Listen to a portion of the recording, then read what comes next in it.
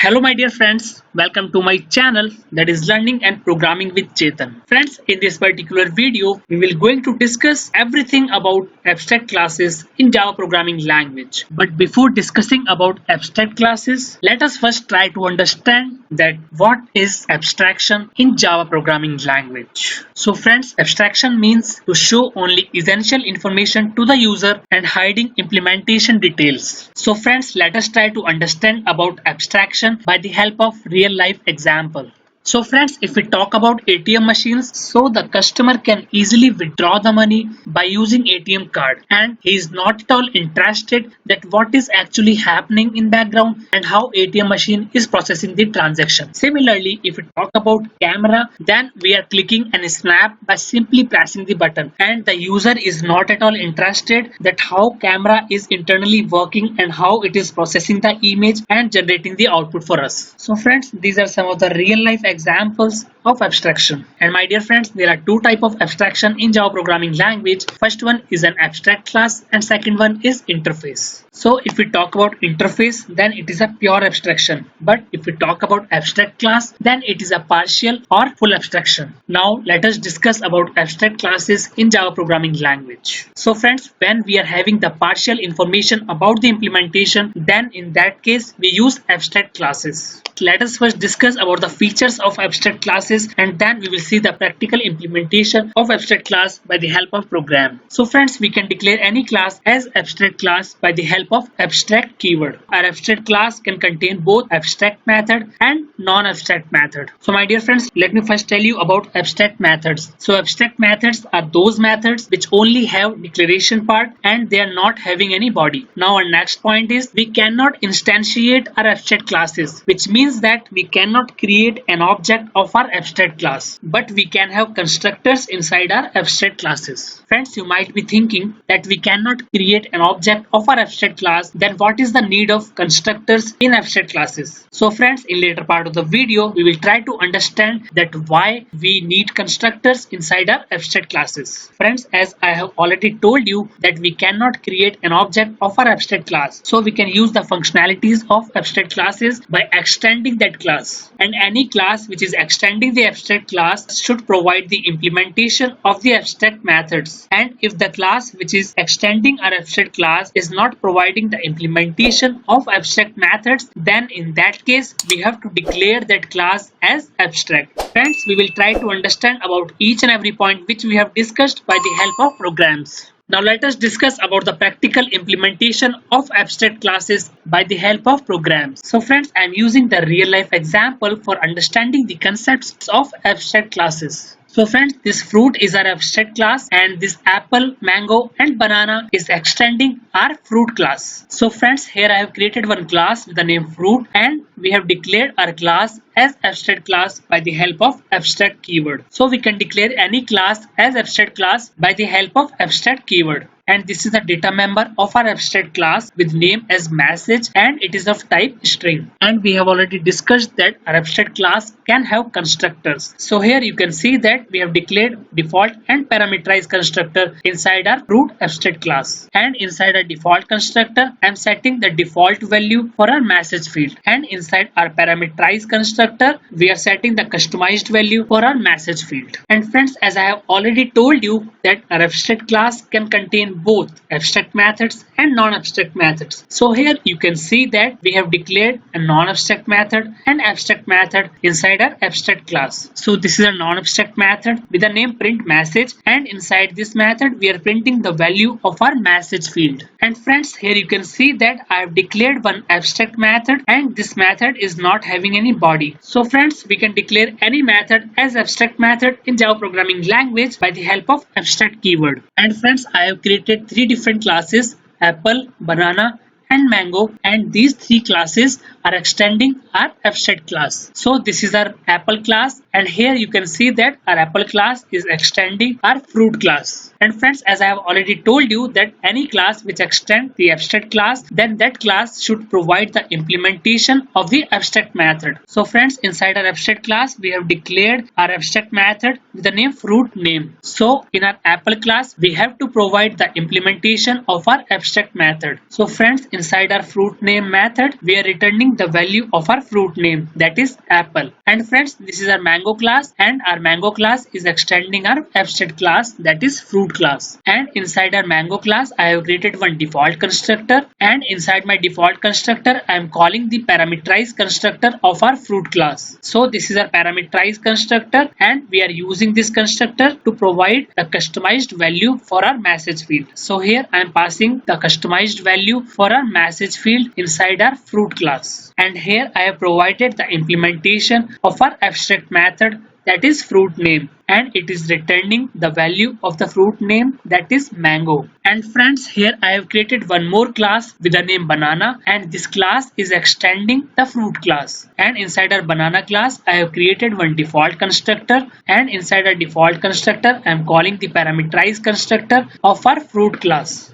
And here I am passing the customized value for our message field. And friends, I have already told you that whenever any class extends the abstract class, then it should provide the implementation of abstract methods. And if a class is not providing the implementation of abstract methods, then in that case, we have to declare that class as abstract class. So here you can see that our banana class is not providing the implementation of our abstract method. That is why we have declared our banana class as abstract class. Let me remove this abstract keyword once. So friends, here you can see that we are getting compile time error, and it is saying that the banana class must implement the inherited abstract method, that is fruit name. So friends, whenever we extend the abstract class, then it is necessary to provide the implementation of abstract methods, and if we are not providing the implementation of abstract methods, then in that case we have to declare our class as abstract class. And friends, here I have created one test class with the name test abstract tutorial, and inside our test class I have created one main method, and inside our main method we will try to understand various functionalities related to abstract classes. So friends, in this statement you can see that I have created a reference variable of our abstract class. And my dear friends, I have already told you that we cannot instantiate abstract class, that is, we cannot create an object of our abstract class.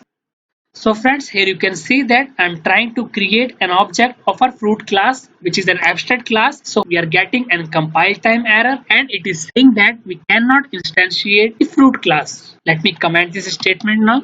And friends, in this statement you can see that I'm creating an object of our mango class, which is a child class of our fruit class. So here we are using a reference variable of our abstract class, and it is holding an object of its child class. And friends, in our next statement I am calling our abstract method, that is fruit name, and in our next statement I am calling non-abstract method, which is present inside our abstract class, and inside this method I am printing the value of our message field. And friends, here I am creating an object of our apple class. So now our reference variable is holding an object of apple class, and in our next statement I am calling our abstract method, that is fruit name, and in our next statement I am calling our non-abstract method, that is print message. Friends, now let us try to run our program. So in our console we are getting the fruit name as mango, because in our line number 12 you can see that I have created an object of mango class, and here in this statement I am calling our abstract method, that is fruit name. So as our reference variable is holding an object of mango class, that is why it is calling the fruit name abstract method, whose implementation we have provided inside our mango class. So here it is returning the value as mango. That's why you can see that in our console we are getting our fruit name as mango. Friends, now let us try to understand that how we are getting this value in our console, that is I like mango. So in line number 14 you can see that I am calling our print message method, and in our print message method we are printing the value of our message field. And currently our reference variable is holding an object of mango class. So when we will create an object of a mango class, then it will call a default constructor which is present inside inside our Mango class. And inside our default constructor, I am calling the parameterized constructor of our abstract class, and here I am passing the parameter as I like mango. So it will call the parameterized constructor of our fruit class, and it will set the value of our message field,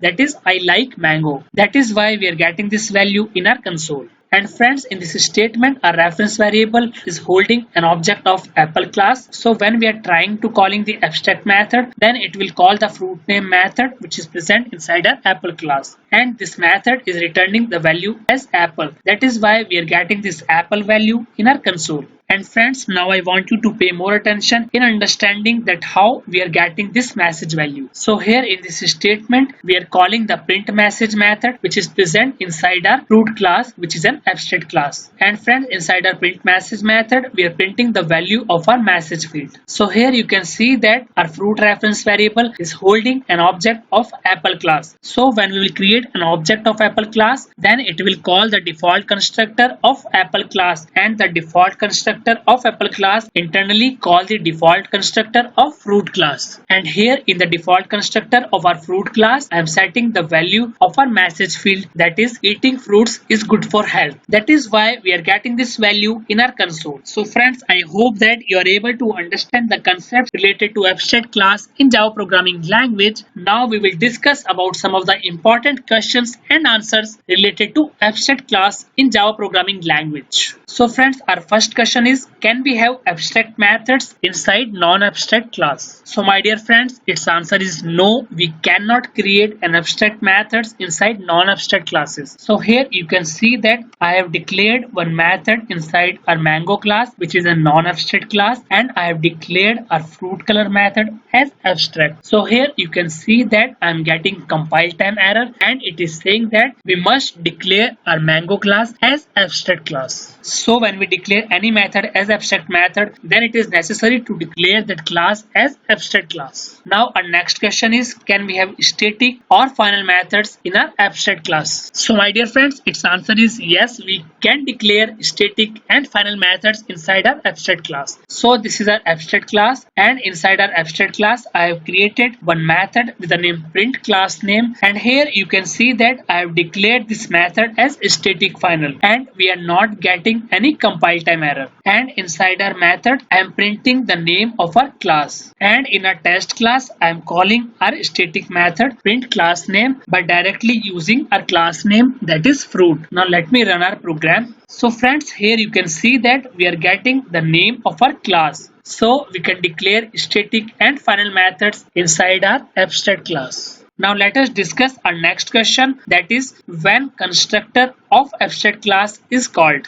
So my dear friends, JVM call the constructor of abstract class when we create an object of a class which is extending our abstract class. So here you can see that our apple class is extending our fruit class, which is an abstract class. And while discussing the flow of our program, we have already discussed that when we will create an object of apple class, then JVM will call the default constructor of apple class, and internally it will call the default constructor of fruit class. That is why we were getting this message in our console. Friends, now let us discuss about our next question, which is one of the very important question in Java programming language. And the question is, why we cannot instantiate abstract class in Java programming language. So friends, we cannot instantiate or create an object of our abstract class, and it is because our abstract class contain abstract methods, and abstract methods are those methods which only have declaration part and they are not having any body. So our abstract class contain incomplete methods. That is the reason JVM don't allow us to create an object of our abstract classes. Now my dear friends, let us discuss our next question, which is again a very important question, and that question is, what is the need of constructors